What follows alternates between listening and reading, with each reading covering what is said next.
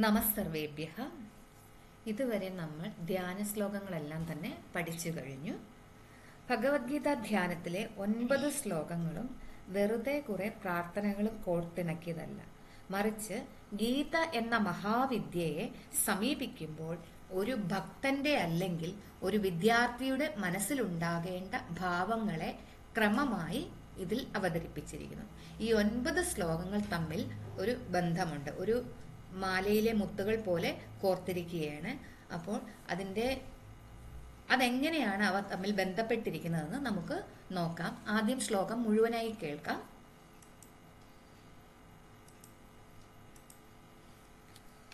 ഓം പാർത്ഥായ പ്രതിബോധിതാം ഭഗവതാ നാരായണേന സ്വയം വ്യാസേന ഗ്രഥിതാം പുരാണമുനിനാ മധ്യേ മഹാഭാരതം അദ്വൈതാമൃതവർഷിണീം ഭഗവതീം അഷ്ടാദശാധ്യായിനീം അംബ ത്വാമനുസന്ദധാമി ഭഗവദ്ഗീതേ ഭവദ്വേഷിണീം. നമോസ്തു തേ വ്യാസവിശാലബുദ്ധേ ഭുല്ലാരവിന്ദായതപത്രനേത്ര യേന ത്വയാ ഭാരതതൈലപൂർണഃ പ്രജ്വാലിതോ ജ്ഞാനമയഃ പ്രദീപഃ. പ്രപന്നപാരിജാതായ സ്തോത്രവേത്രൈകപാണയേ ജ്ഞാനമുദ്രായ കൃഷ്ണായ ഗീതാമൃതദുഹേ നമഃ. സർവോപനിഷദോ ഗാവോ ദോഗ്ധാ ഗോപാലനന്ദനഃ പാർത്ഥോ വത്സഃ സുധീർഭോക്താ ദുഗ്ധം ഗീതാമൃതം മഹത്. വസുദേവസുതം ദേവം കംസചാണൂരമർദനം ദേവകീ പരമാനന്ദം കൃഷ്ണം വന്ദേ ജഗദ്ഗുരും. ഭീഷ്മദ്രോണതടാ ജയദ്രഥജലാ ഗാന്ധാരനീലോത്പലാ ശല്യഗ്രാഹവതീ കൃപേണ വഹനീ കർണേന വേലാകുലാ. അശ്വത്ഥാമവികർണഘോരമകരാ ദുര്യോധനവർത്തിനി സോത്തീർണാ ഖലു പാണ്ഡവൈരണനദീ കൈവർത്തകഃ കേശവഃ. പാരാശര്യവചഃ സരോജമമലം ഗീതാർത്ഥഗന്ധോത്കടം നാനാഖ്യാനകകേസരം ഹരികഥാ സംബോധനാബോധിതം. ലോകേ സജ്ജനഷട്പദൈരഹരഹഃ പേപീയമാനം മുദാ ഭൂയാത് ഭാരതപങ്കജം കലിമലപ്രധ്വംസിനഃ ശ്രേയസേ.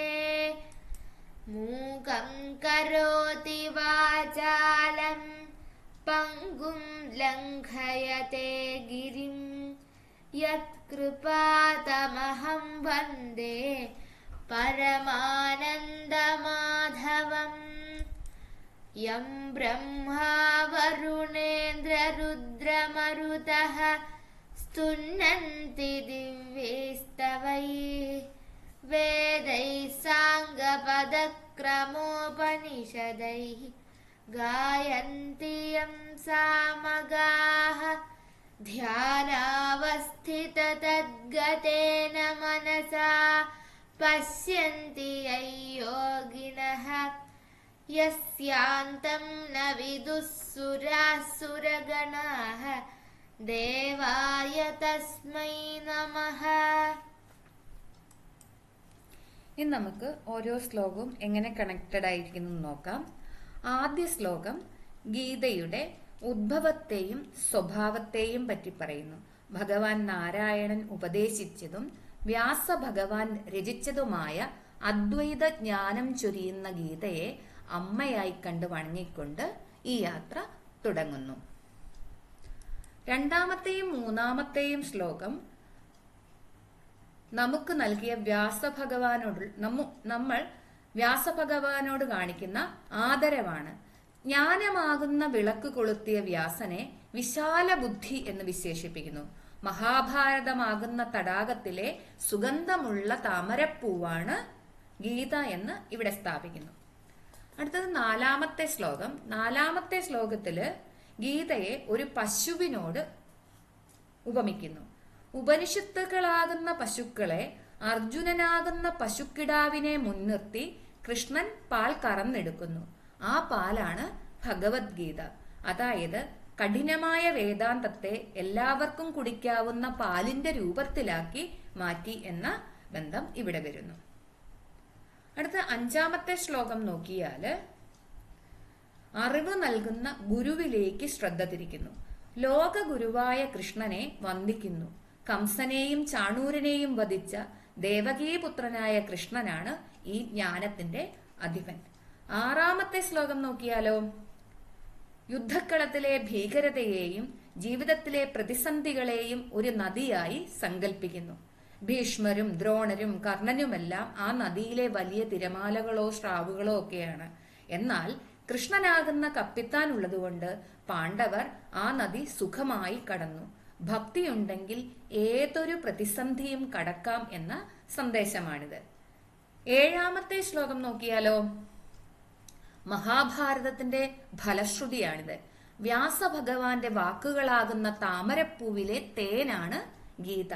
ഇത് നമ്മുടെ പാപങ്ങളെ നശിപ്പിക്കുകയും മോക്ഷം നൽകുകയും ചെയ്യുന്നു. എട്ടാമത്തെ ശ്ലോകത്തില് മൂകം കരോതി വാചാലം, ഭഗവാന്റെ കൃപയുണ്ടെങ്കിൽ മിണ്ടാത്തവൻ പോലും സംസാരിക്കും. മുടന്തൻ പർവ്വതം കയറും. ഗീതാപഠനം ബുദ്ധിശക്തി കൊണ്ടല്ല, മറിച്ച് ഭഗവാന്റെ അനുഗ്രഹം കൊണ്ടാണ് പൂർണ്ണമാകുന്നത് എന്ന വലിയ സത്യം ഇവിടെ പറയുന്നു. ഒൻപതാമത്തെ ശ്ലോകം നോക്കിയാല് ബ്രഹ്മാവും വരുണനും ഇന്ദ്രനും സ്തുതിക്കുന്ന, യോഗികൾ ധ്യാനത്തിലൂടെ ദർശിക്കുന്ന ആ പരമാത്മാവിനെ വണങ്ങുന്നു. ഗീത കേവലം ഒരു യുദ്ധക്കളത്തിലെ സംസാരമല്ല, മറിച്ച് പരബ്രഹ്മത്തെ അറിയാനുള്ള വഴിയാണെന്ന് പറഞ്ഞ് ധ്യാനം പൂർത്തിയാക്കുന്നു. ഇതോടുകൂടി ധ്യാന ശ്ലോകങ്ങൾ തീരുകയാണ്. അടുത്ത ദിവസം മുതൽ നമ്മൾ ഭഗവത്ഗീത പൂർണ്ണമായും പഠിച്ചു തുടങ്ങും. എല്ലാവരും വീണ്ടും വീണ്ടും കേട്ട് ഇത് മനഃപ്പാഠമാക്കണമെന്ന് അഭ്യർത്ഥിക്കുന്നു. ധന്യവാദः.